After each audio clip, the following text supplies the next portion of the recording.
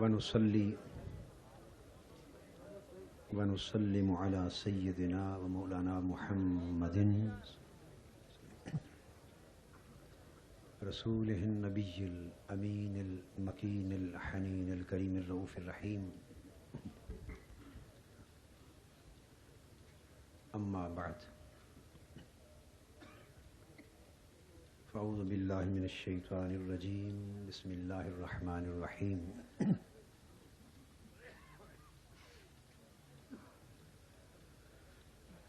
تلك من أنباء الغيب نوحيها إليك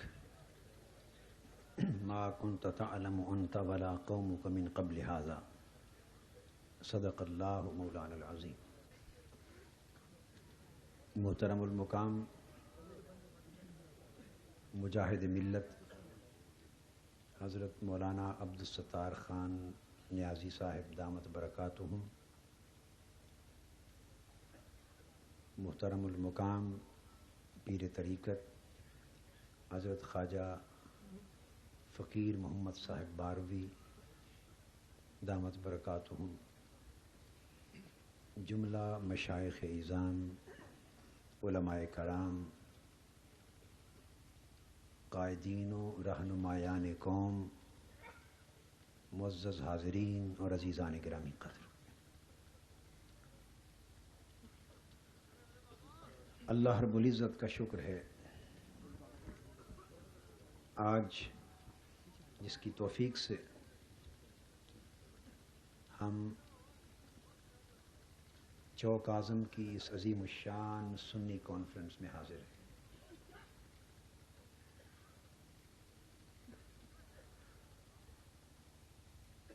حضور نبی اکرم صلی اللہ علیہ وآلہ وسلم کے نالین پاک کا یہ تصدق جس کی بنا پر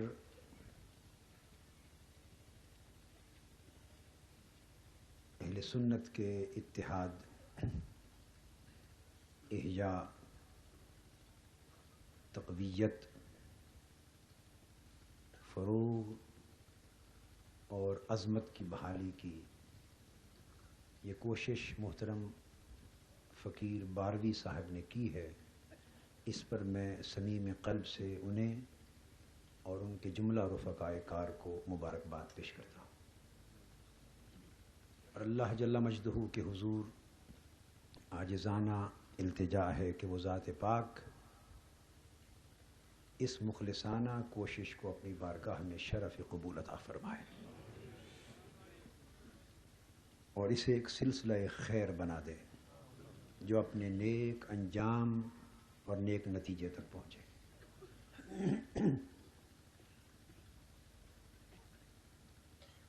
آج کی اس مجلس میں جس موضوع پر میں چند کلمات آپ کے گوش گزار کرنا چاہتا ہوں وہ ہے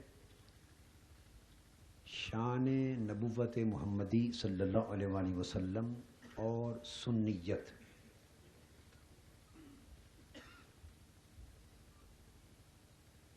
اہل سنت والجماعت کا تذکرہ آپ نے کثرت سے سنا۔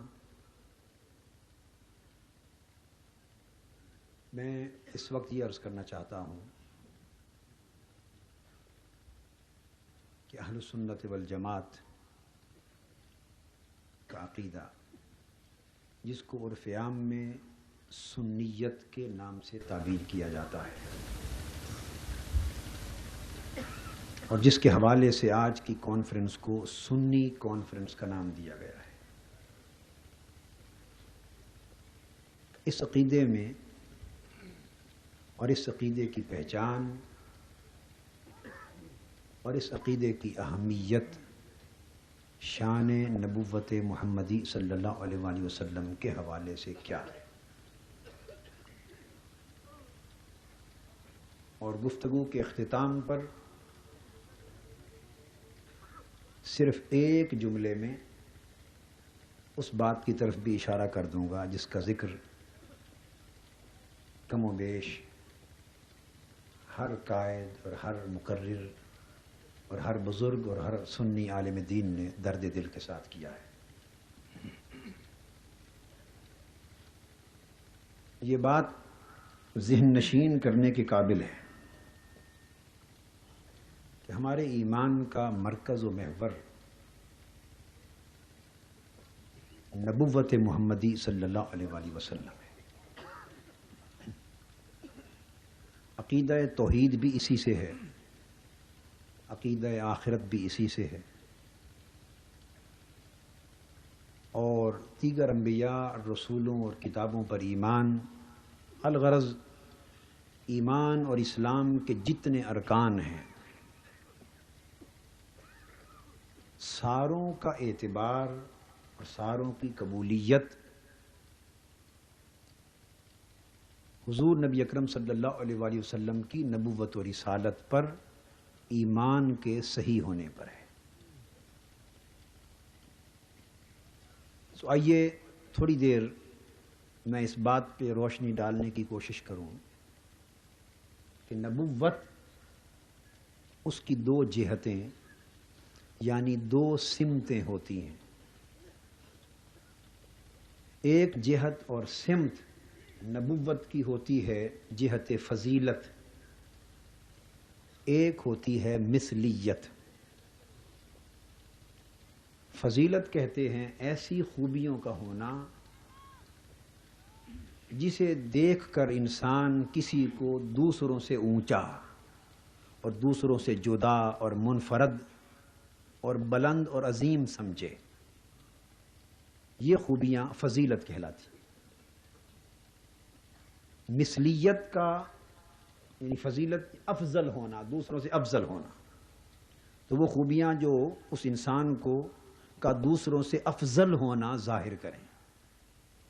مثلیت سے مراد ایسے علامات اور ایسے احوال اور ایسی چیزیں جسے دیکھ کر لوگ اسے اپنے جیسا سمجھیں، لوگ اسے اپنے جیسا سمجھیں، یہ مثلیت ہے اور وہ فضیلت ہے۔ نبوت کے اندر یہ دو خوبیاں ہوتی اور نبوت انہی دو خوبیوں کے کمال سے عبارت ہے۔ فضیلت میں عروج ہوتا ہے، اونچا ہونا، مثلیت میں نزول ہوتا ہے۔ ان دو کی مثال آپ یوں سمجھ لیں تاکہ بات آگے سمجھنا آسان ہو جائے۔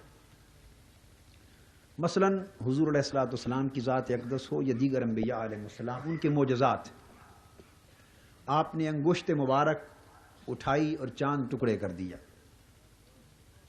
ایک انگلی کے اشارے سے چاند کا ٹکڑے ہو جانا یہ امر فضیلت کا ہے۔ آپ نے دست اقدس اٹھایا، ڈوبے ہوئے سورج کو پھر سے پلٹا لیا تاکہ سیدنا علی شیر خدا رضی اللہ تعالیٰ عنہ نماز عصر ادا کر سکے، یہ امر فضیلت کا ہے۔ آپ نے صحرا میں ریگستان میں جاتے ہوئے ایک شخص سے کہا، عربی دیہاتی، کہ مجھ پر ایمان لاؤ۔ اس نے کہا کوئی دلیل؟ فرمایا تو ارد گرد چاروں طرف نظر دوڑا اور تو دیکھ کر بتا کہ کس سے دلیل مانگتا ہے، کس کو گواہ پیش کروں۔ اس نے چاروں طرف دیکھا، کیکر کا ایک درخت کھڑا تھا دور، اور تو کچھ نہ تھا۔ فرمایا اسی کیکر سے گواہی دلا دوں اپنے نبی ہونے کی؟ دلا دیں۔ آپ نے اس کو اشارہ کیا، کیکر کا درخت زمین کو پھاڑتا ہوا، جڑیں چیرتا ہوا، زمین چیرتا ہوا آقا کے قدموں میں آ کے سجدہ ریز ہو گیا۔ اس نے کلمہ پڑھا۔ یہ امر فضیلت ہے۔ سو اس طرح کے جتنے واقعات آپ دیکھیں گے، آپ بات کو سمجھ گئے، اس کو ہم کہیں گے یہ امور فضیلت کے ہیں۔ اور مثلیت کیا ہے؟ حضور نبی اکرم صلی اللہ علیہ وسلم نے شادی کی، رشتہ ازدواج میں منسلک ہوئے۔ اب دیکھنے والا یہ سمجھتا ہے شادی کی، ہم بھی شادی کرتے ہیں، وہ نادان سمجھتا ہے کہ شاید ہمارے جیسے۔ حضور صلی اللہ علیہ وسلم نے کھانا تناول فرمایا، دیکھنے والا سمجھتا ہے ہم بھی کھانے کے محتاج، وہ بھی کھانے کے محتاج۔ حضور صلی اللہ علیہ وسلم کو پتھر لگے تبلیغ میں، میدان جنگ میں، رخسار مبارک زخمی ہوئے، خون مبارک گرا، ان حالات کو آپ نے صحابہ کرام کے ساتھ زندگی بسر کی. جب حضور علیہ الصلوۃ والسلام کا وصال ہو گیا تو سیدنا فاروق اعظم رضی اللہ تعالیٰ عنہ زار و قطار رونے لگے، اور زار و قطار روتے ہوئے یہ فرمانے لگے کہ آقا آپ کا کتنا کرم تھا ہم پر کہ آپ عرشی تھے اور ہمارے جیسے خاکیوں کے ساتھ بیٹھ کے کھانا کھاتے تھے، عرشوں پر چلنے والے تھے اور ہمارے ساتھ سفر و حضر میں وقت گزارتے تھے. یہ جو عام انسانی زندگی کے ماحول کے مطابق زندگی گزارنا ہے، اس پہلو کو مثلیت کہتے ہیں. نبوت، فضیلت اور مثلیت دو شانوں کے جمع کرنے کا نام ہے. جس میں فقط فضیلت ہو، مثلیت نہ ہو، وہ ذات نبی نہیں. جس میں فقط مثلیت ہو، فضیلت نہ ہو، وہ بھی نبی نہیں ہو سکتا. نبی کے لیے لازم ہے کہ اس میں فضیلت کے امور بھی ہوں اور ظاہری مثلیت کے امور بھی ہوں. اب یہ بات جب واضح ہو گئی، اس کو قرآن مجید کی آیت کریمہ جو میں نے تلاوت کی اس سے اور ایک اور آیت کے حوالے سے واضح مزید کر دوں تاکہ بات آگے آسان ہو جائے سمجھنا. ایک مثال آپ پہلے سمجھ لیں. مثلا آپ کو ایک بہت بڑے افسر سے کوئی کام ہے، کوئی کمشنر ہے، گورنر ہے، وزیر ہے، کسی بہت بڑے افسر سے، بہت بڑی شخصیت سے، کوئی بہت بڑا مالدار ہے، اس سے کام ہے. آپ اس کے پاس رات کو گئے، دروازہ کھٹکھٹایا، وہ باہر نکلا اور اس نے بڑے خاص انداز کے ساتھ پوچھا کیا کام ہے؟ آپ نے کہا جی یہ چھوٹا سا معاملہ تھا، بچے کی نوکری کا ہے یا یہ معاملہ ہے، درخواست لایا ہوں، دستخط کر دیں، کرم میں کر دیں. اس نے کھڑے ہوئے دستخط کر دیے. اس نے کہا اچھا جائیے، یہ وقت آنے کا نہیں ہے، اس وقت نہ آیا کریں. کام کر دیا. بس آپ کی خیریت نہیں پوچھی، حال چال نہیں پوچھا، بے تکلفی نہیں دکھائی، کام کر دیا، اندر چلا گیا. واپس آئے، آپ کے دوستوں نے پوچھا کہ آپ بڑے آدمی کے پاس گئے تھے تو بتاؤ کیسا پایا؟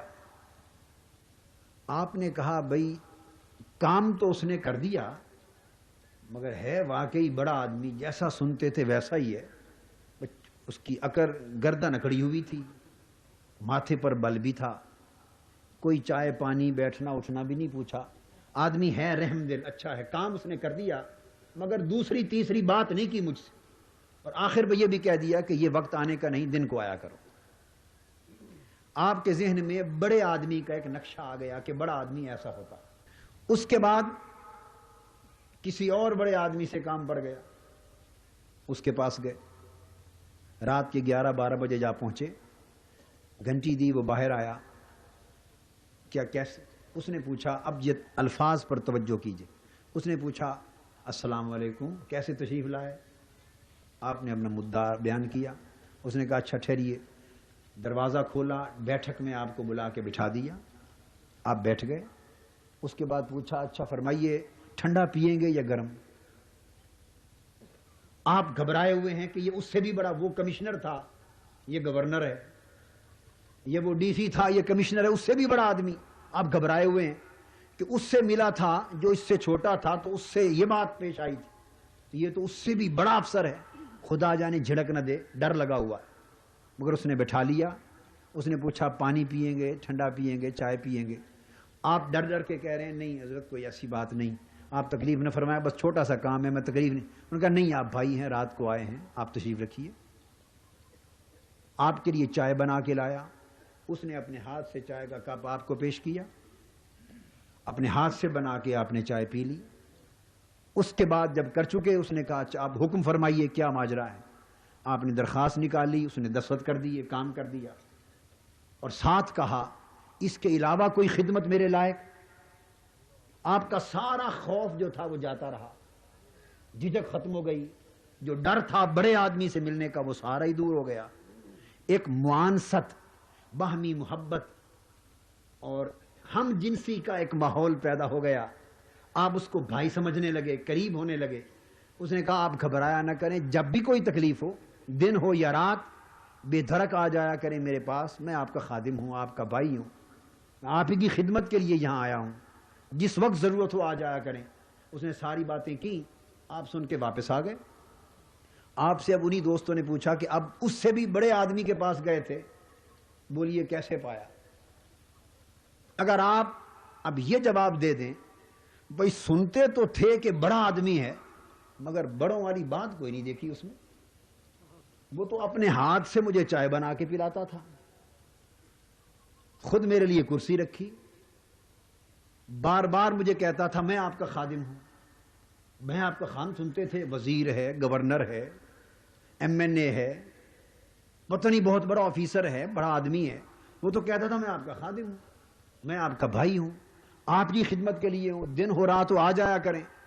بار بار اس طرح کی بات کرتا تھا، نہ اس کی گردن اکڑی ہوئی تھی، نہ ماتھے پر کوئی بل تھا، نہ کوئی روب رات، اس قسم کی باتیں تھی، کام بھی کر دیا، بڑوں والی بات کوئی نہیں دیکھی۔ اگر آپ اس کے اس عمل کا نتیجہ یہ اخذ کریں تو اس سوچ پر انا للہ و انا الیہ راجعون پڑھنے کے سوا اور کچھ نہیں بنے گا۔ اس لیے کہ اگر آپ نے اس کے اس عمل کو، طرز عمل کو یہ سمجھا کہ وہ بڑا ہی نہیں، تو آپ کو پتہ ہی نہیں کہ بڑا ہوتا کون ہے، آپ کو بڑائی کی پہچان ہی نہیں۔ وہ جس کی گردن اکڑی ہوئی تھی، آپ نے اس کی اکڑی گردن کو بڑائی کی علامت جانا۔ وہ جس کے ماتھے پر بل تھا، اس کی پیشانی کے بل کو آپ نے بڑائی کی علامت جانا۔ وہ جس نے چائے کا کپ اور پانی کا گلاس آپ سے نہیں پوچھا، اس کے اسی بدخلقی کو آپ نے بڑا ہونا سمجھا کہ وہ آپ کے ساتھ اس نے مجانست نہیں کی، ہم جنس ہونے کا احساس نہیں دلایا، اور وہ جو حقیقت میں تو اس سے بھی بڑا ہے، مگر آپ کے ذہن میں اس خوف اور ڈر کو ختم کرنے کے لیے بہت بڑا ہو کر اس بڑائی کی کرسی سے اتر کے آپ کے ساتھ آ کے بیٹھا ہے، تاکہ آپ کے اور اس کے درمیان خیریت نہ رہے، خوف نہ رہے، جھجک نہ رہے، ایک پیار پیدا ہو جائے، اور جب بھی کوئی ضرورت ہو آپ بے دھڑک اس کے پاس آ جایا کریں۔ وہ جو اس مقام سے اتر کے آپ کے قریب بیٹھا، اصل بڑائی اس کی تھی کہ تھا اتنا بڑا کہ آپ کی اس کی بڑائی تک رسائی بھی نہ تھی، مگر اصل بڑائی یہ تھی کہ بڑا ہو کر اس نے بڑا ہونا دکھایا نہیں آپ کو۔ ناداں یہ ہے وہ بڑائی۔ انسانی زندگی کی اس بڑائی میں فرق سمجھ لینے کے بعد کتنی نادانی ہے اور ناسمجھی ہے اس شخص کی کہ جو پیکر نبوت کی عظمت کو دیکھے، وہ نبی کی ذات جسے تکنے کے لیے سدرۃ المنتہا پر سارے عالم نور کے فرشتے جمع ہو جائیں اور عرض کریں مولا شب معراج اس نور کے پیکر کی ایک جھلک ہمیں بھی دکھا دے۔ وہ نبی جو اتنا بڑا ہے کہ جو سدرۃ المنتہا سے آگے گزر جائیں اور جبرائیل امین لامقام ان کی ہم سفری نہ کر سکیں، وہ نبی جنہیں ثم دنا کی منزل پر پہنچایا گیا، جنہیں پھر ثم فتد اللہ کی منزل پر پہنچایا گیا، پھر فکان کعبہ قوسین کی کرسی پر بٹھایا گیا، اور پھر وہاں سے اٹھا کر ادنا کی آغوش قربت میں بٹھایا گیا۔ وہ نبی جو اتنا اونچا، جس کی اونچائی تک کوئی اونچائی نہ پہنچے، جس کی بلندی تک کوئی بلندی نہ پہنچے، جس کی عظمت تک کوئی عظمت نہ پہنچے، اتنا بڑا تھا، اتنا اونچا تھا، بڑا ہے، اونچا ہے، مگر نادانوں ہم جیسے خاکیوں کے ذہنوں سے خوف اور ڈر ختم کرنے کے لیے ہم سے فرماتے رہے آقا نہیں تم میرے بھائی ہو، میں تمہارے جیسا ہوں، میں تمہارے لیے آیا ہوں۔ تم اگر آقا کے فرمان کو یہ سمجھ لو کہ ہمارے جیسا ہے، تمہاری دنیا بھی گئی، آخرت بھی گئی۔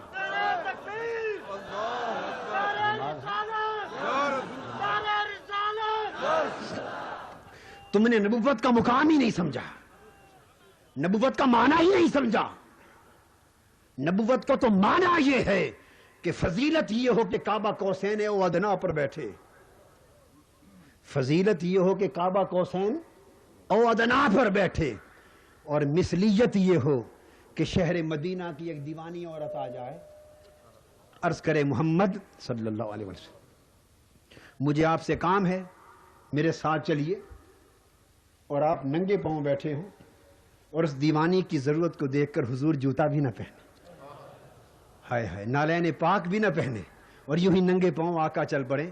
وہ دیوانی مدینے کی گلیوں میں گھماتی پھرے اور ساری کائنات کا مالک گھومتا پھرے، اور پھر ایک بازار میں گلی میں جا کے بٹھا دے اور کہے میرے کام کر دو، اور کعبہ قوسین او ادنا کی رفتوں پہ بیٹھنے والا شہر مدینہ کی گلی میں بیٹھ کر دیوانی کے کام کر۔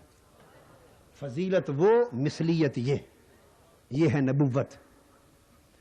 اگر اس کے سمجھنے میں مغالطہ ہوا تو پھر نہ نبوت کے معنی کی خبر ہوئی، نہ نبوت کی مقام کی خبر ہوئی۔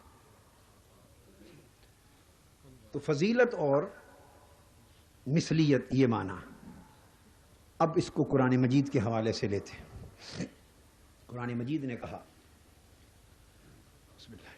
تِلْكَ مِنْ أَنْبَاءِ الْغَيْبِ نُوحِيهَا إِلَيْكَ، اس آیت کریمہ میں یہ حصہ فضیلت ہے۔ مَا كُنْتَ تَعْلَمُ أَنْتَ وَلَا قَوْمُكَ مِنْ قَبْلِ هَذَا، یہ مثلیت ہے۔ فرمایا تِلْكَ مِنْ أَنْبَاءِ الْغَيْبِ نُوحِيهَا إِلَيْكَ، میرے پیارے یہ غیب ہی تو ہے جو ہم تیری طرف بھیجتے ہیں۔ اور غیب کسے کہتے ہیں؟ تِلْكَ مِنْ أَنْبَاءِ الْغَيْبِ نُوحِيهَا إِلَيْكَ، یہ غیب ہی کی تو خبریں ہیں جو بھیجتے ہیں۔ کتنی نادانی کی بات ہے اگر کوئی یہ سمجھے کہ جو حضور کو بتا دیا تو غیب نہ رہا، بتا دیا تو غیب نہ رہا، اطلاع فرما دی تو غیب نہ رہا۔ نادانو، تو قرآن تو معنی ہی یہ بتا رہا ہے محبوب، یہ جو آپ کو بتا رہے ہیں یہ غیب ہی تو ہے، تو بتا کر بھی غیب ہے، یہ فضیلت ہے۔ ما کنت تعلم، میرے محبوب آپ کو بتانے سے پہلے جب تک ہم نے بتایا نہ تھا، اور یہ علم کی فضیلت دی نہ تھی، اس سے پہلے از خود نہ آپ جانتے تھے نہ آپ کی قوم جانتی تھی۔ یہ مثلیت کا مقام ہے۔ جب تک مثلیت اور فضیلت دونوں کو ملا کے نہ سمجھیں، مقام نبوت کی سمجھ نہیں آ سکتی۔ جدا کر دیں تو گمراہی ہے۔ اب قرآن مجید نے فرمایا ایک اور مقام پر قل انما انا بشر مثلکم یوحی الی انما الہکم الہ واحد، فرما دیجئے میرے حبیب صلی اللہ علیہ وسلم میں نفس بشریت میں تمہارے جیسا ہوں، نفس بشریت، بشر ہونے میں تمہارے جیسا ہوں، مگر مجھے اپنے جیسا نہ سمجھ لینا۔ پورے قرآن میں نہیں فرمایا کہ انا مثلکم، میں تمہارے جیسا ہوں، یہ نہیں فرمایا۔ انما انا بشر مثلکم، نفس بشریت میں تمہارے جیسا ہوں مگر میں خود تمہارے جیسا نہیں۔ یوحا الیہ، یہ پہلا حصہ تھا مثلیت کا، اور فضیلت کیا ہے؟ یوحا الیہ۔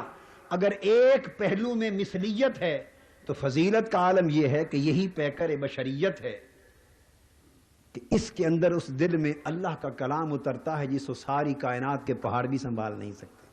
یہ انوار کلام الہیہ کا مرکز بھی ہے یہ جسم، اور یہ وہی آتی ہے مجھ پر کہ تمہارا الہ ایک ہے۔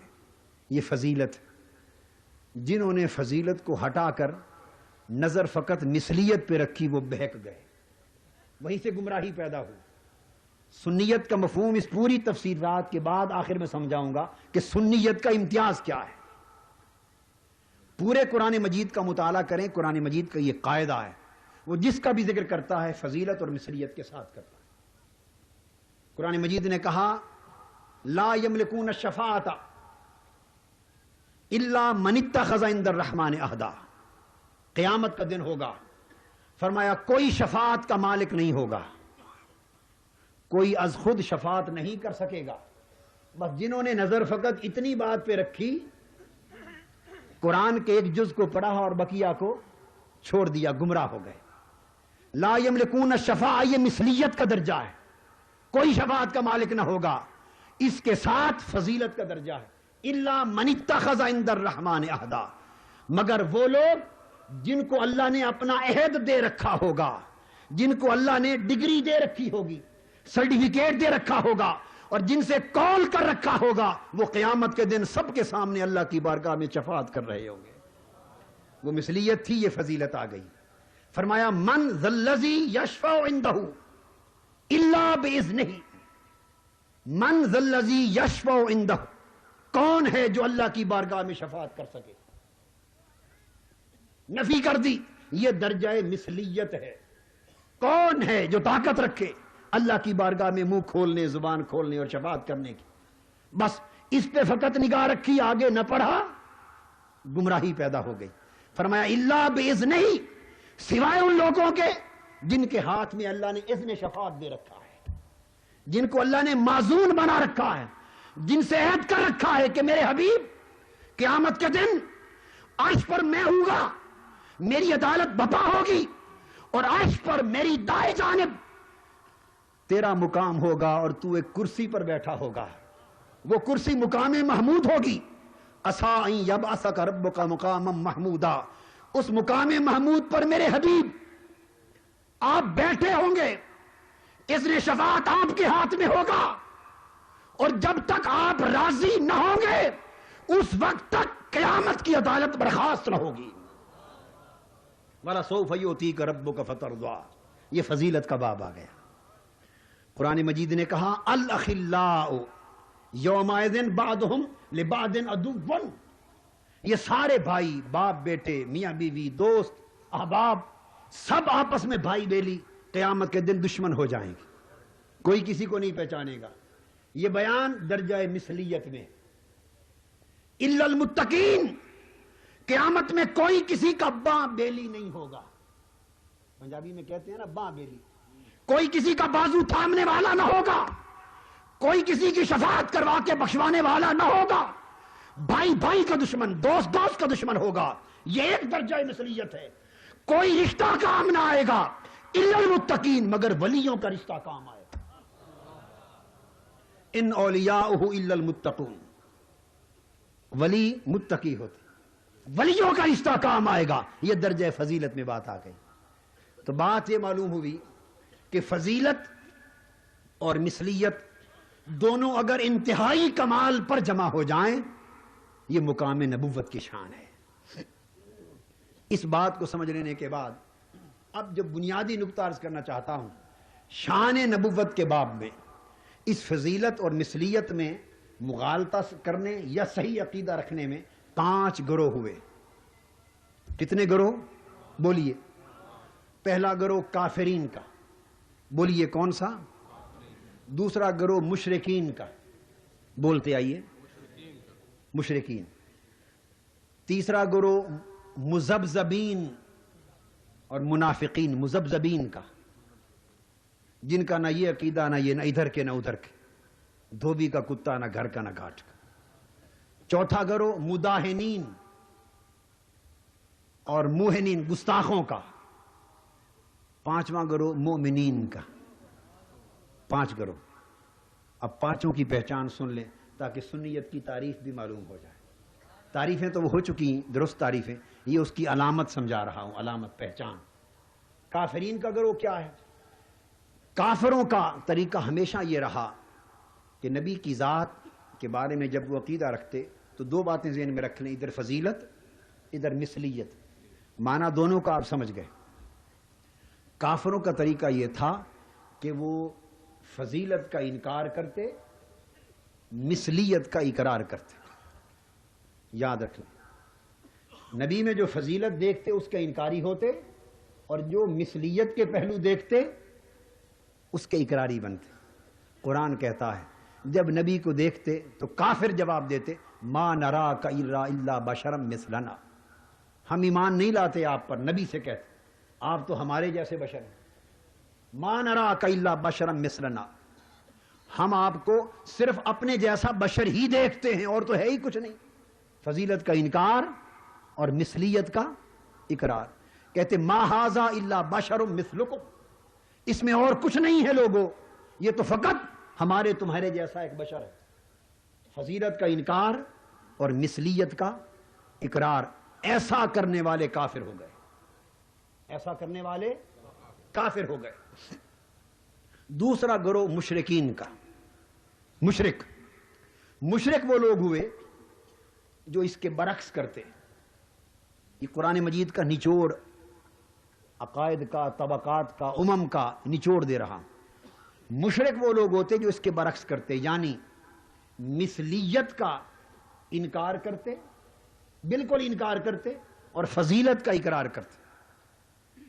اور فضیلت کا اقرار مثلیت کے انکار کے ساتھ عقیدہ کیا بنتا؟ جیسے قرآن مجید نے کہا وقالت الجہود عزیر ابن اللہ. جب حضرت عزیر علیہ السلام کو دیکھا، کمالات دیکھے، یہودیوں نے کہا یہ اللہ کا بیٹا ہے. مثلیت اس لیے تھی کہ نفی شرک ہو جائے. جب اس کا انکار ہو گیا، نگاہ صرف فضیلت پہ بھی، تو خدا کا بیٹا بنا دیا. وقالت النصارى المسیح ابن اللہ. اور عیسائیوں نے کہا عیسیٰ علیہ السلام اللہ کے بیٹے. جب دیکھا کہ پھونک مارتے ہیں مردے زندہ ہو جاتے، مٹی کا بنا ہوا پرندہ اڑنے لگتا ہے، مادرزاد نابینے کوہڑی برس کے لوگ ٹھیک ہو جاتے، ہاتھ پھیرتے ہیں شفا یابی ہوتی. مثلیت پر جب نگاہ نہ رکھی، انکار کیا، فقط فضیلت دیکھی، تو خدا کا بیٹا بنا دیا، خدا کا شریک بنا دیا. تو یہ مشرک ہوئے. دو طبقے.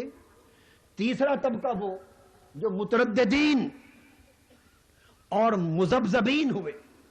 یہ وہ لوگ جنہوں نے باب نبوت میں، نبی کی ذات کے باب میں ایسا عقیدہ رکھا کہ مثلیت اور فضیلت کو برابر جانا، نہ مثلیت کو بڑھایا نہ فضیلت کو بڑھایا. یہ متردد ہو گئے، مذبذب ہو گئے. یہ نہ کفر میں پختہ ہوئے نہ ایمان میں پختہ ہوئے. لا الہ الا ولا الہ الا مذبذبین بین ذالک. نہ وہ ادھر کے ہیں نہ ادھر کے ہیں، دونوں حدوں کے درمیان لٹک رہے ہیں، مذبذب ہیں. تیسرا گروہ یہ کسی کھاتے کے نہ رہے، کسی کھاتے کے نہ رہے. اب آگے آئیے چوتھا اور پانچواں. اب یہ دو گروہ آ رہے ہیں جن کا تعلق ہمارے زمانے سے. یہ تین گروہ تاریخ میں. چوتھا گروہ مداہنین کا، گستاخوں کا، بد عقیدہ لوگوں کا، بد مذہبوں کا. وہ گروہ کون ہے؟ نقطہ یاد رکھ. یہ وہ لوگ ہیں جو فضیلت کا صرف اقرار کرتے اور مثلیت پر اصرار کرتے. کافر فضیلت کے انکار کرنے والے، مثلیت کا اقرار. مشرک مثلیت کا انکار، فضیلت کا اقرار. متذبذب فضیلت اور مثلیت دونوں کے درمیان متذبذب. اب بد مذہب اور بد عقیدہ کی پہچان اور گستاخ کی پہچان اور بد مذہب کی پہچان اور اہانت کرنے والے کی پہچان وہ کیا ہے؟ کہ مثلیت، فضیلت کا صرف اقرار کرتے ہیں. فضیلت کا صرف اقرار، انکار نہیں کر سکتے. قرآن میں جو آ گیا، اقرار کرتے ہیں، دبے لفظوں میں مان جاتے ہیں، زیادہ زور نہیں دیتے. مثلیت پہ اصرار کرتے ہیں، تقریریں ساری مثلیت پہ کرتے ہیں، اور فضیلت کی بات آئے تو کہتے ہیں ہم کہاں انکاری ہیں. کتابیں ساری مثلیت پہ لکھتے ہیں، جب فضیلت دکھاؤ تو کہتے ہیں ہم کہاں انکاری ہیں. آپ کا فضیلت کا انکاری نہ ہونا کوئی معنی نہیں رکھتا. مثلیت پہ اصرار اور فضیلت پہ انکار، یہی بد عقیدگی اور بد مذہب ہونے کی علامت. اور سنیت کیا ہے؟ پانچواں گروہ مومنین کا. مومنین کے گروہ کی علامت یہ ہے کہ وہ مثلیت کا صرف اقرار کرتے ہیں، مثلیت کا اقرار کرتے ہیں اور اصرار اور زور سارا فضیلت پہ دیتے ہیں. یہ ایمان ہے.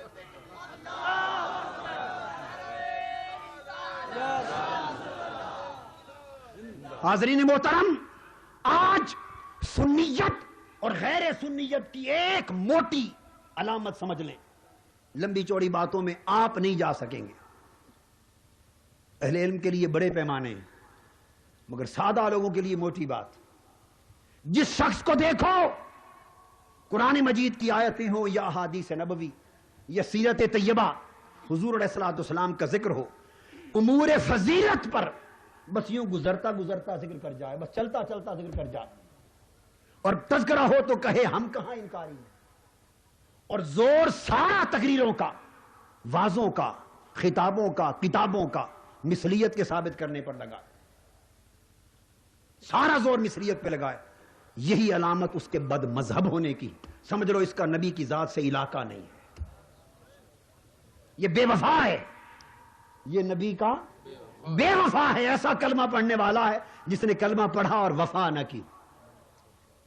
اور ایمان کی پرکھ اور علامت یہ ہے کہ جو مثلیت کا انکار نہ کرے، چونکہ انکار کرنا کفر ہے، قرآن کی نصوص سے ثابت، مثلیت کا انکار نہ کرے، فقط اقرار کرے اور زور ساری زندگی فضیلت پر دیتا رہے. مثلیت کا فقط اقرار اور فضیلت پر اصرار، جس میں یہ دیکھو سمجھ لو یہاں ایمان ہے. یہی علامت سنیت کی ہے، یہی علامت سنیت کی ہے. اب میں چونکہ اہل السنہ والجماعہ کے حوالے سے بات ہوئی، میں جماعت صحابہ اور جماعت کفار دونوں کا موازنہ اس نقطے پہ کراتا ہوں آپ کو. حضور علیہ السلام کا جسم اقدس تھا، یہ ابو بکر، عمر، عثمان و علی رضوان اللہ تعالی علیہ مجمعین نے بھی دیکھا اور ابو جہل، ابو لہب نے بھی دیکھا.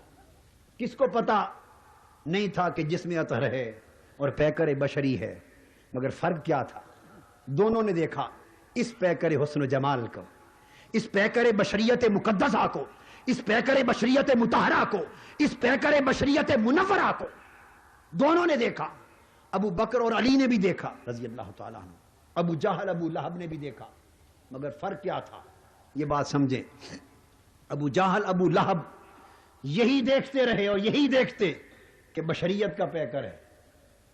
ان کی توجہ اس پیکر خاکی پر ہوتی کہ بشریت کا پیکر ہے. وہ پیکر بشریت ابو بکر و علی کو بھی نظر آتا، مگر دھیان اس پر نہ کرتے، اس پر کرتے کہ ہے پیکر بشریت مگر سایہ نہیں.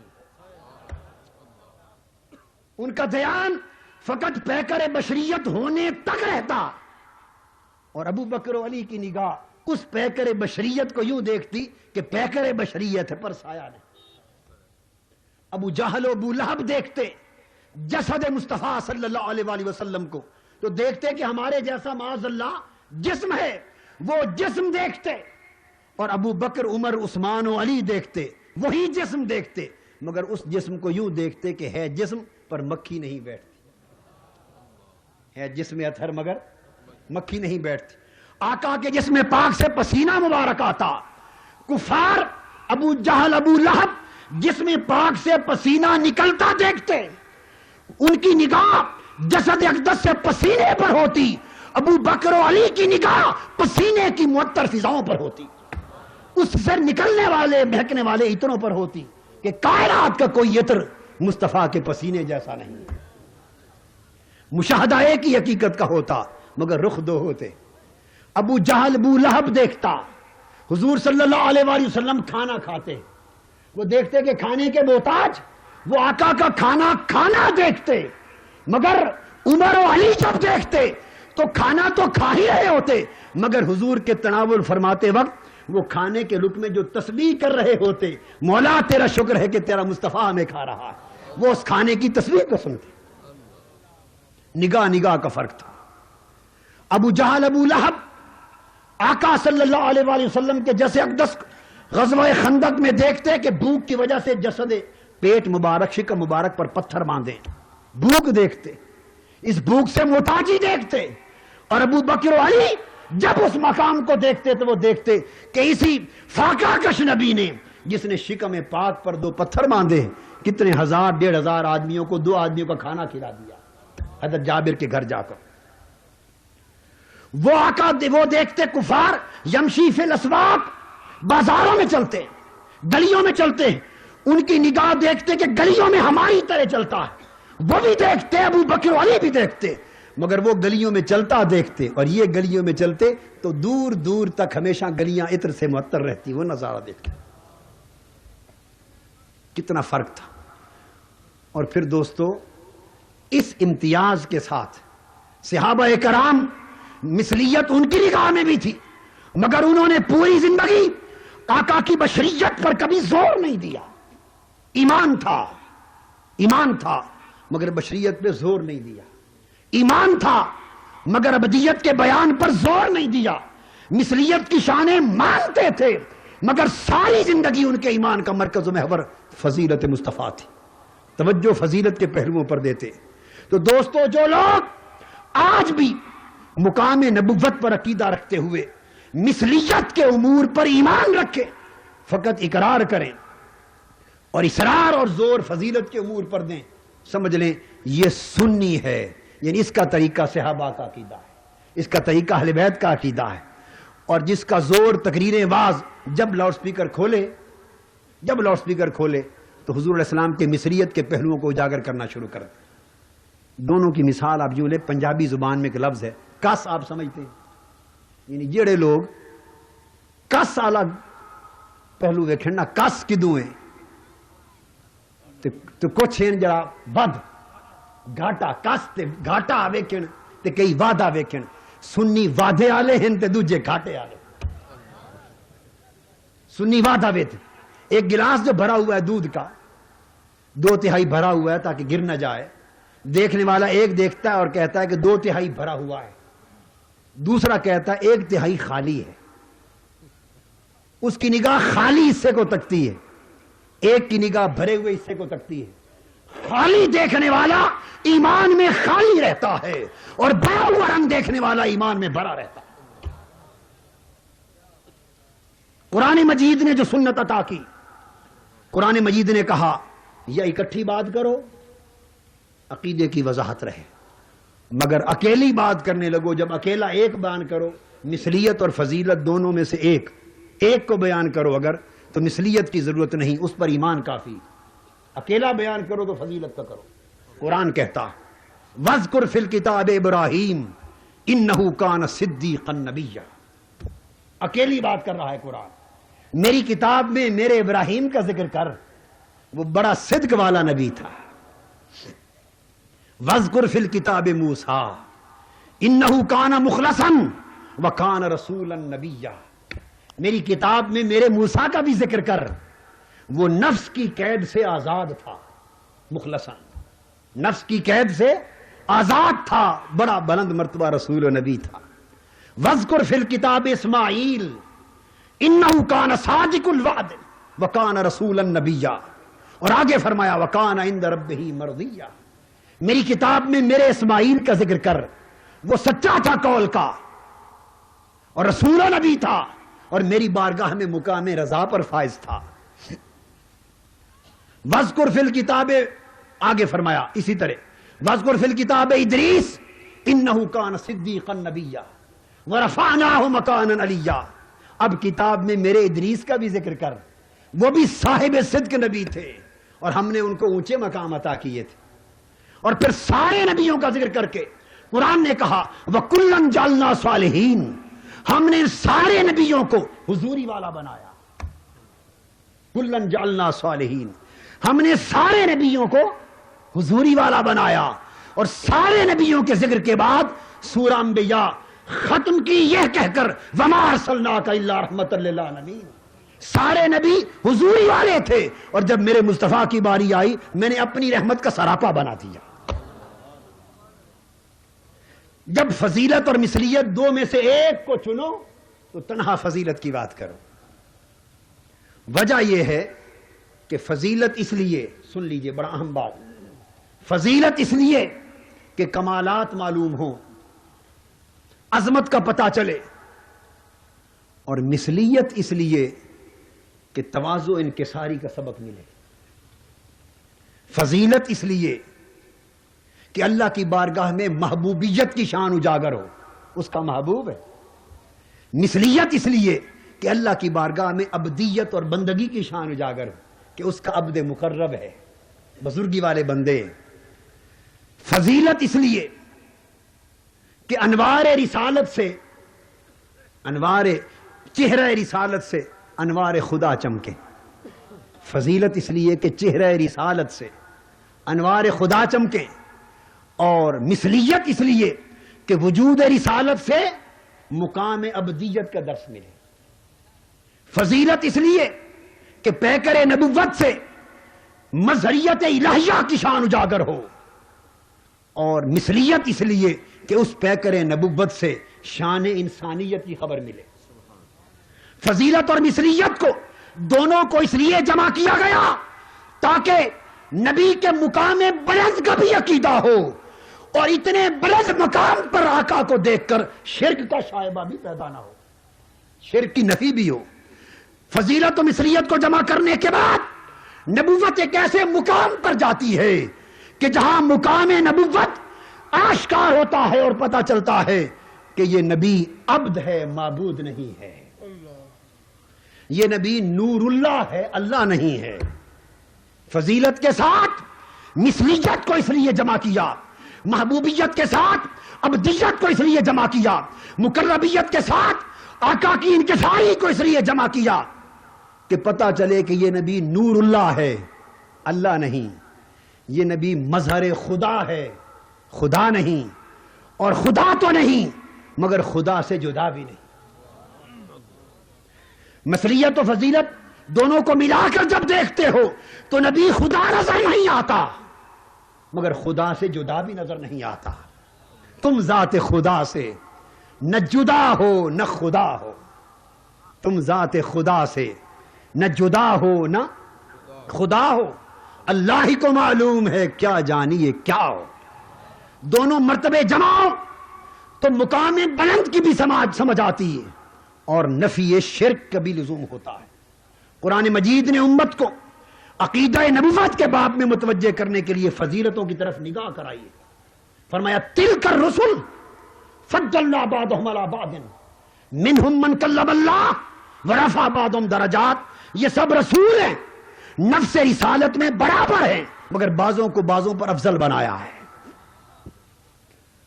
اور پھر فرمایا وَلَقَدْ فَضَّلْنَا بَعْضَ النَّبِيِّينَ عَلَى بَعْضٍ. سارے انبیاء بنائے نفس نبوت میں برابر ہیں مگر مقامات اور کمالات نبوت میں بعضوں کو بعضوں پر فضیلت دی. ہمیں جھنجھوڑا کہ انظر کیف فضلنا بعضهم علی بعض. اے غافل دیکھ، اے بھولوں میں پڑے ہوئے دیکھ، اے توحید کے حقائق کو نہ سمجھنے والے دیکھ، اے مقام و مرتبہ نبوت سے ناآشنا انظر کیف فضلنا بعضهم علی بعض. تو مثلیت کے چکروں میں ہی گم ہے، تو فقط مثلیت کے گرداب میں گم ہے. دیکھ ہم نے ساروں کو بلند کیا اور پھر بلندیوں میں کس طرح کس کو کس پر فضیلت عطا کی. خالی مثلیت پہ نگاہ نہ رکھ، انظر کیف فضلنا بعضهم علی بعض. دیکھ ہم نے فضیلتیں کس طرح بانٹی. دکھایا جا رہا ہے، یوں مثلیت کہہ کر نہیں دکھایا کہ دیکھ کیسے ایک جیسا بنایا، یہ نہیں کہا. فرمایا دیکھ. اس لیے معلوم تھا کہ مثلیت ہر ایک کو نظر آتی، مثلیت کی سمجھ ہر ایک کو آتی، فضیلت کی سمجھ کسی کسی کو آتی. بشریت کی شان ابو بکر ابو جہل بھی دیکھتا تھا، ابو بکر عمر عثمان و علی بھی دیکھتے تھے رضوان اللہ تعالی علیہ مجمعین. بشریت کا پردہ، بشریت کا مرتبہ ہر ایک کو نظر آتا تھا مگر نورانیت کی شان اس بشریت کے جلوے میں ہر ایک کو نہیں، کسی کسی کو نظر آتی تھی. وہ ابو جہل ابو لہب کو نظر نہیں آتی تھی، ابو بکر و علی کو نظر آتی تھی. بشریت ہر ایک کو نظر آئی، نورانیت کسی کسی کو نظر آئی مگر بات آگے بڑھی. نورانیت کسی کسی نے دیکھی مگر مصطفیٰ کی حقیقت کسی نے بھی نہ دیکھی. فرمایا یا ابا بکر لم یعرفنی حقیقت سوا ربی. بشریت تک ہر کوئی پہنچا اور پھر اپنے فہم کے مطابق کوئی گمراہ ہو گیا، کوئی حقیقت پا گیا.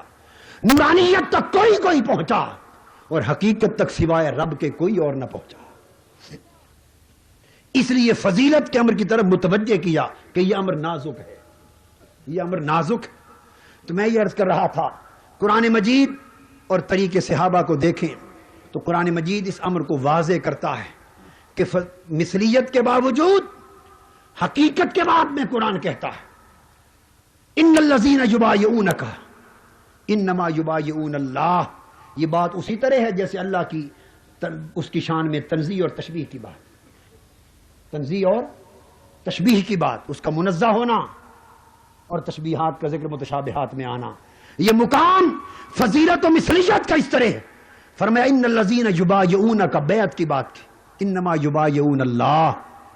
حضور نے حدیبیہ کے مقام پر 1400 صحابہ سے بیعت لی. اب نگاہیں دو ہیں، واقعہ ہم تک پہنچ گیا حدیث کے ذریعے، واقعہ ہم تک پہنچ گیا. اب آج دو آدمی بیٹھے ہیں، دو نگاہیں. حضور علیہ الصلوۃ والسلام نے بیعت لی، سیدنا عثمان غنی مکہ میں تھے، موجود نہ تھے، پھر ان کی بیعت بھی اپنے دست پاک سے لی، خبر انہوں نے پھیلائی کہ عثمان کو قتل کر دیا گیا ہے، جہاد کے لیے بیعت لی، یہ واقعہ پہنچا، اب نگاہیں دو ہیں، اسی واقعے کو ایک نگاہ نے دیکھا، ان الذین یبایعونک انما یبایعون اللہ، اس کو یہ سمجھ آئی، اس نگاہ والے کو یہ سمجھ آئی کہ اگر پتہ ہوتا حضور کو کہ میرے عثمان شہید نہیں کیے گئے تو بیعت کیوں لیتے؟ ایک طریقہ ہے دیکھنے کا، یہ زاویہ نگاہ کا فرق ہے، سمجھ آ جائے تو سنیت کی حقیقت معلوم ہو جائے۔ ایک نے یہی واقعہ، یہی روایت پڑھی، پہنچا، اس نے کہا اگر حضرت عثمان کے شہید نہ ہونے کا پتہ ہوتا بیعت کیوں لیتے؟ ایک نے اس میں سے بات کو یوں دیکھا، دوسرے نے اسی میں سے بات کو یوں دیکھا، اگر آقا کو یہ پتہ نہ ہوتا کہ میرا عثمان شہید نہیں ہوا اور زندہ ہونے کا یقین نہ ہوتا تو عثمان کی بیعت اپنے ہاتھ پر کیوں لیتے؟ ایک ہی واقعہ، ایک ہی روایت، دونوں باتیں موجود، ایک مثلیت کو تلاش کر رہا ہے، یعنی کس گھاٹے والا پہلو تلاش کرتا ہے، ایک وعدے والا پہلو تلاش کرتا ہے، ایمان کی بات۔ ایک دیکھتا ہے کہ بیعت لی، وہ بیعت کے عمل میں نقص نکالتا ہے، دوسرا دیکھتا ہے ید اللہ فوق ایدیہم، تم کس چکر میں پڑے ہو، یہ دیکھو کہ بیعت مصطفیٰ نے لی، رب نے کہا میرے حبیب یہ بیعت آپ کے ہاتھ پر نہیں رب کے ہاتھ پر ہے۔ کفار نے محاصرہ کر لیا، آقا کے قتل شہید کرنے کے منصوبے بن گئے، حضور علیہ الصلوۃ والسلام باہر نکلے، سورہ یاسین پڑھ کے گگریاں پھینکی۔ اب اس واقعے کو ایک دیکھتا ہے اور کہتا ہے کہ کفار نے محاصرہ کر لیا، اگر ہمت ہوتی تو خود کو بچا نہ لیتے، وہ قتل ہو جاتے، سارے مارے جاتے، رات کو نکل کیوں گئے، چھوڑ کے کیوں چلے گئے، ان کو بسم کر دیتے۔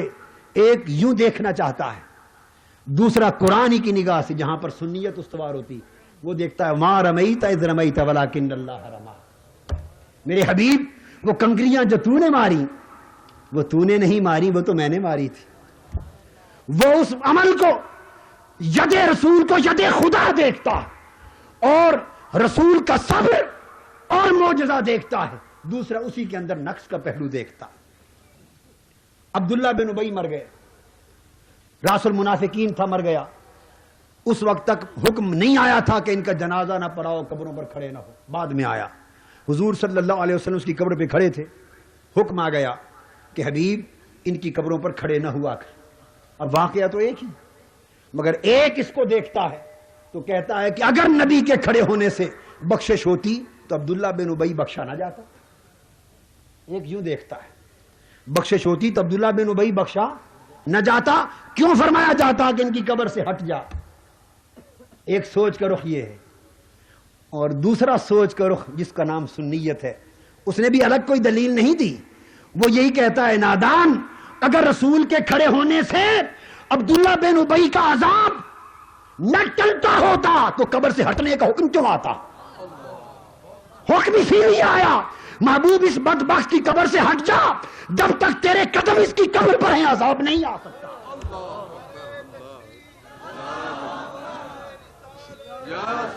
میرے حبیب جب تک تیرے قدم اس کی قبر پر ہیں، ما کان اللہ لیعذبہم وانت فیہم، تیرا وجود جہاں ہو اور تیرے قدم جہاں ہو وہاں خدا کا عذاب کیسے اترے؟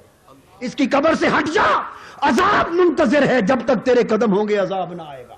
بات ایک ہی ہے، کسی کو یوں سمجھ آ رہی ہے، کسی کو یوں سمجھ آ رہی ہے،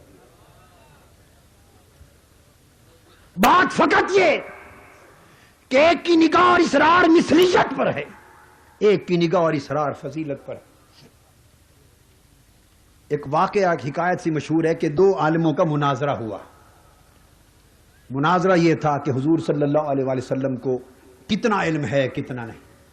استغفر اللہ العظیم، بد نصیبی امت کی کہ اپنے عقل کے پیمانوں سے اور مطالعہ کے پیمانوں سے علم مصطفیٰ کو ناپتے۔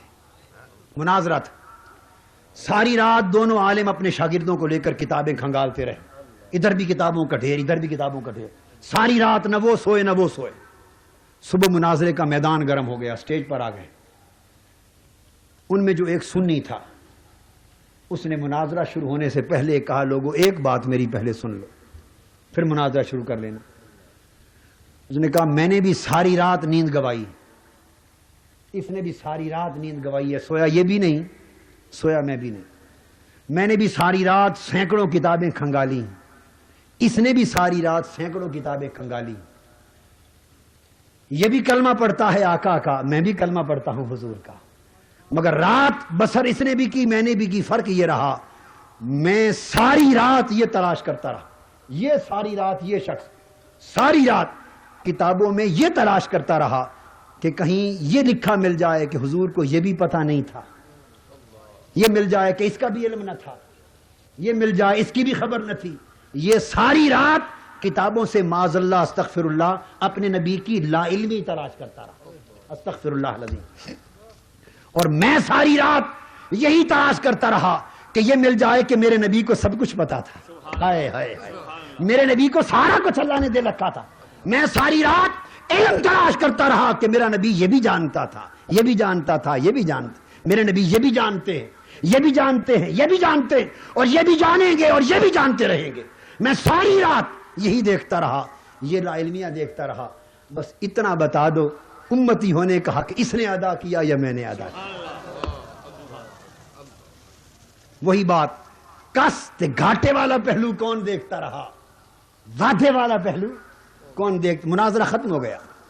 دوستو سنیت کسی شخصیت کا نام نہیں ہے، کسی فرقے کا نام نہیں ہے، ذہن میں رکھ لیں یہ بات، سنیت ایک عقیدہ ہے، کون سا عقیدہ؟ جو قرآن نے دیا، بس اس کے سوا کچھ نہیں،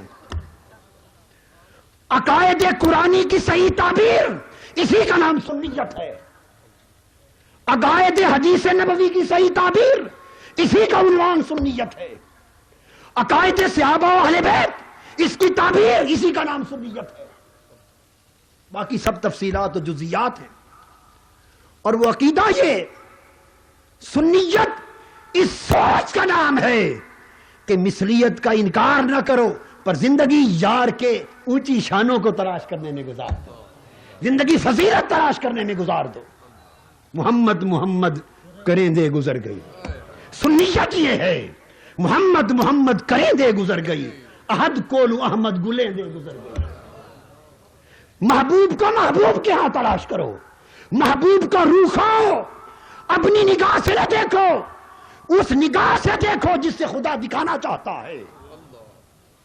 حضور کے دو مرتبے تھے، کبھی مقام ابدیت پہ کھڑے ہوتے، اللہ کے حضور مقام بندگی پر کھڑے ہوتے، اور بندگی کے مقام پہ کھڑے ہو کے آپ کی بندگی کا حق تھا کہ یوں عرض کرتے میں تو کچھ بھی نہیں، بندگی کا حسن یہی ہے، مولا میں تو کچھ بھی نہیں، میرے پاس تو کچھ نہیں، سب تیرے پاس، میں کسی شے کا مالک نہیں، ہر شے کا مالک تو، میں کچھ نہیں جانتا، سب کچھ تو جانتا ہے، مجھے خبر نہیں کیا ہوگا، سب کچھ تیرے ہاتھ میں ہے۔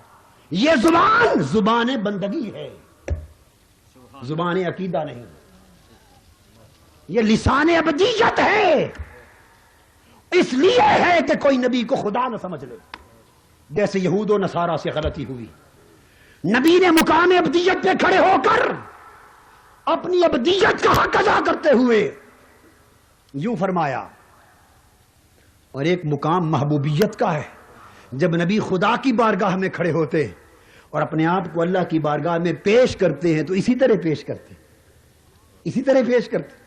اب دیکھنا یہ ہے کہ خدا اپنے حبیب کو کس طرح پیش فرماتا، نبی نے اپنی ابدیت کو پیش کرنے کا حق ادا کر دیا، ہائے ہائے، اور خدا نے بھی اپنے محبوب کو دنیا کے سامنے پیش کرنے کا حق ادا کر دیا۔ جب نبی نے کہا ما ادری ما یفعل بی ولا بکم، ابدیت کا حق ادا کر دیا۔ جب نبی نے کہا لو کنت عالم الغیب لاستکثرت من الخیر وما مسنی السوء، آقا نے ابدیت کا حق ادا کر دیا۔ یہ سارے کلمات آج جو مناظروں کا موضوع بن گئے، ارے نادانو سمجھو یہ تو مصطفیٰ کا اظہار ابدیت تھا اور نفی شرک تھا۔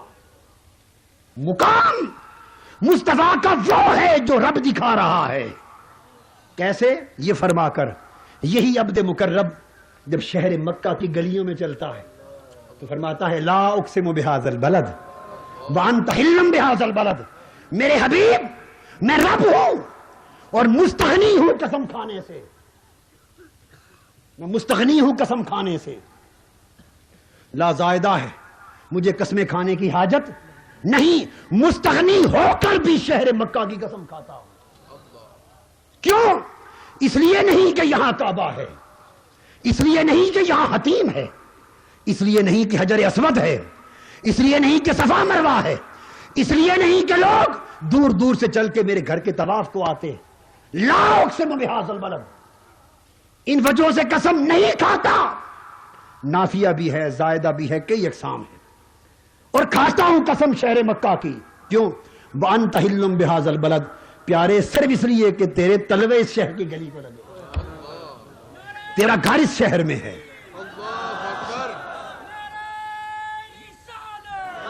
انت حلم بہذا البلد، انت حلم بہذا البلد، محبوب تیرا پتہ اس شہر کا ہے، تیرا گھر اور سکونت اس شہر کی ہے۔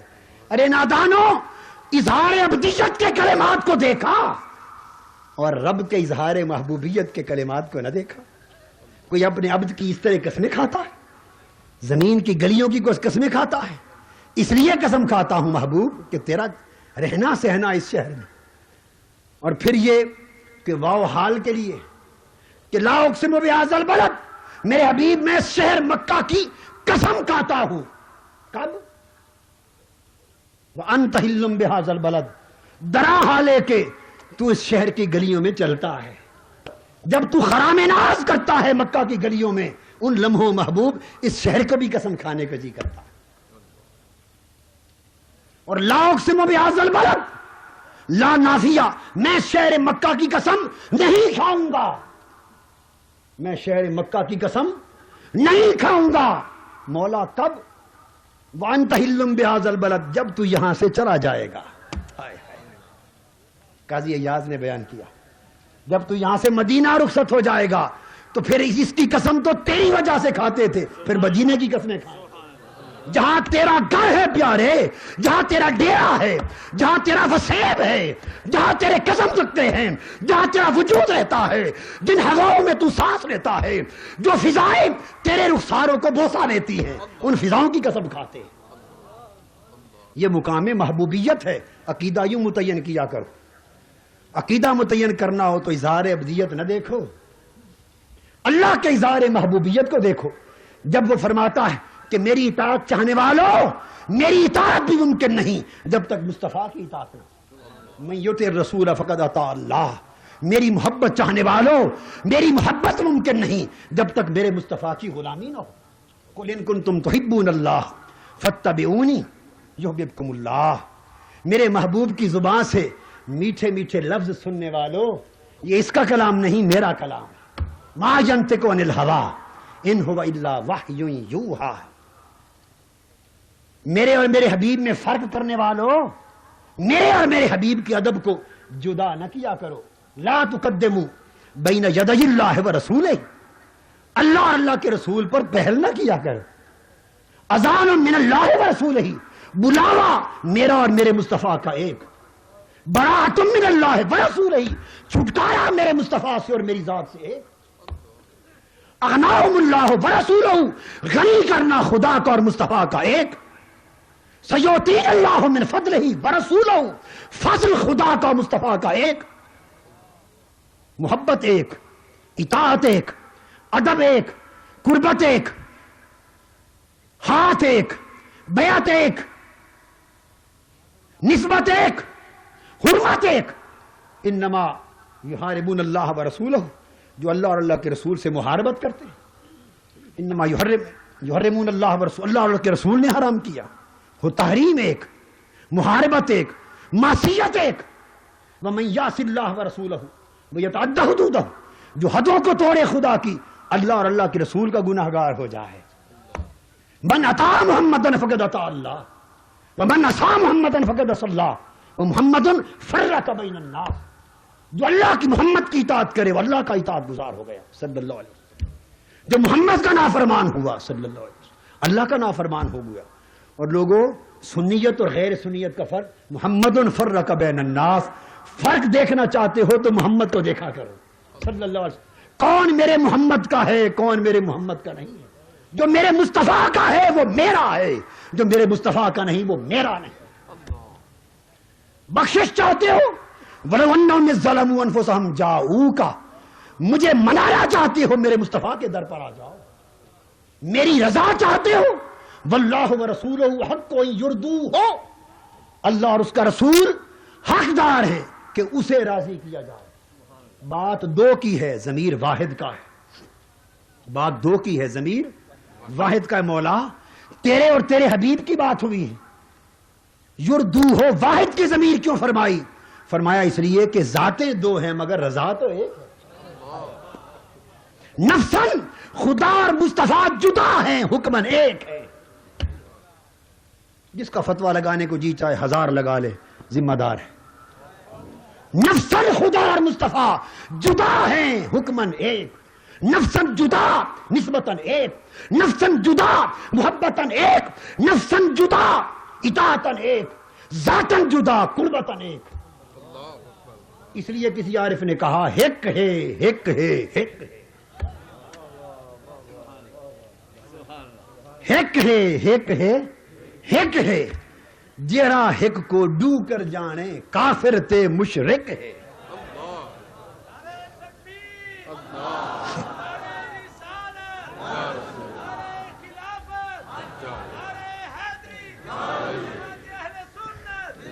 یہ ایک نسبتاً ہے، یہ ایک اطاعت میں ہے، یہ ایک ہونا اطاعت میں ہے، محبت میں ہے، ادب میں ہے، نسبت میں ہے، حرمت میں ہے۔ علامہ ابن تیمیہ کو پوچھئے، وہ کہتے ہیں فَأَقَامَهُ عَلَى مُقَامِ نَفْسِهِ فِي أَمْرِهِ وَنَهْيِهِ وَإِخْبَارِهِ وَبَيَانِهِ فَلَا يَجُوزُ أَن يُفَرَّقَ بَيْنَ اللَّهِ وَرَسُولِهِ فِي شَيْءٍ مِنْ هَذِهِ الْأُمُورِ۔ اپنے امر میں، اپنی نہی میں، اخبار میں، بیان میں اللہ نے اپنے نبی کو اپنا قائم مقام بنا دیا ہے۔ ان امور میں دونوں میں فرق کرنا جائز نہیں ہے۔ سنیت اس مقام فضیلت و مثلیت میں جمع کرنے والے عقیدے کا نام ہے۔ یہ عقیدہ آقا دو جہاں نے دیا، صحابہ کرام نے اپنایا، صحابہ کرام نے اپنایا وہ عقیدہ، اور یوں اپنایا کہ سیدنا علی شیر خدا کی نماز، عصر کی نماز قضا ہوتی ہے کب؟ جب آقا کا سر انور آپ کی گود میں، سورج ڈوب رہا ہے مگر گود کو جنبش نہیں دیتے کہ کہیں مصطفیٰ کی آنکھ نہ کھل جائے۔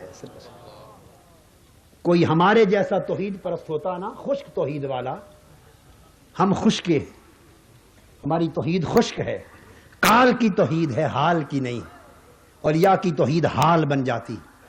ہمارے جیسا کوئی ہوتا کھنگور مار کے تھوڑا سا ہلا دیتا کہ کہیں آنکھ کھل جائے، میری نماز نہ جائے، مگر وہ مولا علی شیر خدا تھے۔ نماز چلی گئی، آقا کی آنکھ کھلی، پوچھا علی نماز پڑھ لی ہے؟ عرض کیا حضور نہیں۔ اب حضور علیہ السلام نے دست اقدس اٹھا دیے، عرض کیا اللہم، کلمات سننے والے، اللہم ان علیًا کان فی طاعتک و طاعت رسولک، اے اللہ علی تیری اطاعت میں مشغول تھا اور تیرے رسول کی اطاعت میں مشغول تھا۔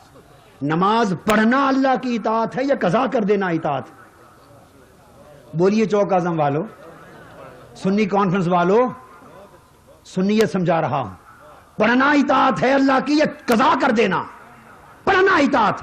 نماز قضا ہو گئی ہے مگر آقا عرض کر رہے ہیں مولا تیری اطاعت میں مشغول تھا۔ اس وقت وحی نہ آئی کہ رسول کیا فرما رہے ہو، نماز میری چھوڑ دی، قضا کر بیٹھے اور فرماتے ہو میری اطاعت میں مشغول تھا؟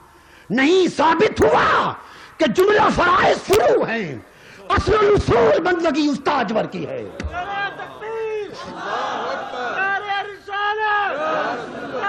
نماز اگر آرام مصطفیٰ پہ قربان ہو گئی وہ بھی قضا نہیں، ادا ہے۔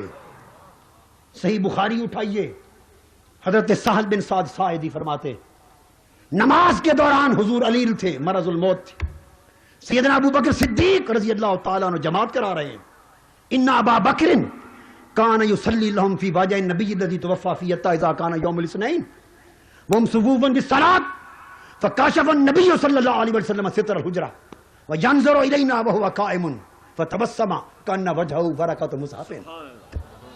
صدیق اکبر رضی اللہ تعالیٰ عنہ جماعت کرا رہے ہیں، صحابہ صف در صف کھڑے ہیں نماز میں، نماز کی تیاری نہ تھی، حدیث کے الفاظ ہیں صفوفن فی الصلاۃ، نماز جاری تھی، نماز کے اندر کھڑے تھے صف در صف. آقا کا جی چاہا کہ میں اپنے غلاموں کا اجماع تو دیکھوں ابو بکر پر. سبحان اللہ. میرے ابو بکر پر کس طرح نماز پڑھ رہے ہیں ابتدا میں، حال تو دیکھوں. پردہ جو گھر کا اٹھایا، پردہ سرکنے کی آواز آئی. بعض محدثین نے کہا کہ چہرہ اقدس کا نور جھلکا.